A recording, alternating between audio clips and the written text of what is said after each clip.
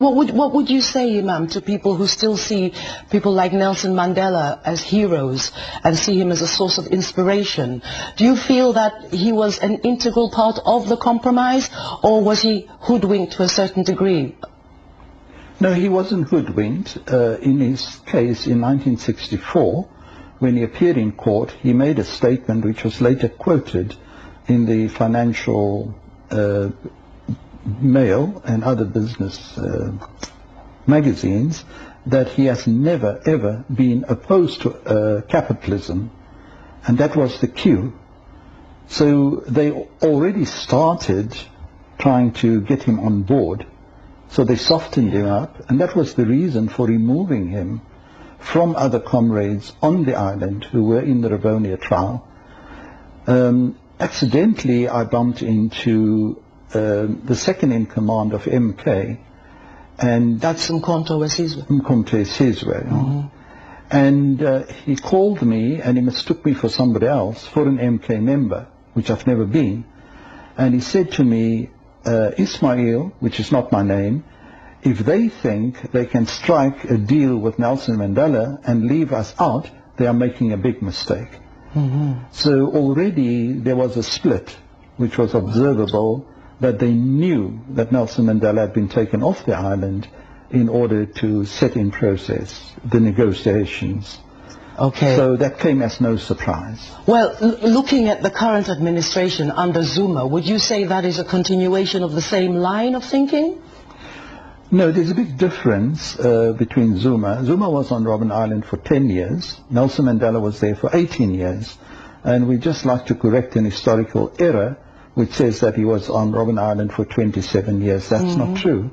The oldest serving political prisoner on Robben Island was in fact Jeff Masimula, who spent 27 years there, and he was in fact assassinated in what was called a motorcar accident shortly after he was released.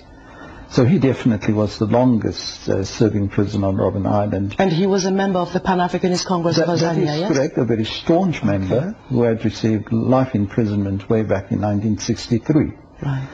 So Nelson Mandela obviously was the key to bringing about the changes, and a lot of the deals that took place both in Lusaka and London were directly related to him and involved him. When I was in Polsma prison way back in the 80s, that would have been around about 86, I was arrested and held in detention. We saw Nelson Mandela leaving the prison complex dressed in a suit, and of course later on we discovered that these meetings were with Kobie Coetsee, one of the cabinet ministers. So obviously later on they confirmed that, and even meetings with the head of intelligence, Dr. Neil Barnard, and others.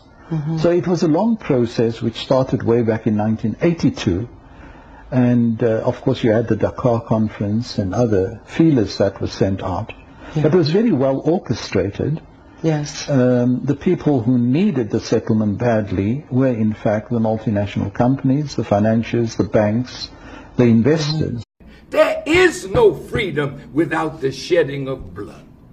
I'm sorry to have to say that. Nonviolence is not going to bring the land back to us. Our unity will keep us from having to fire a shot.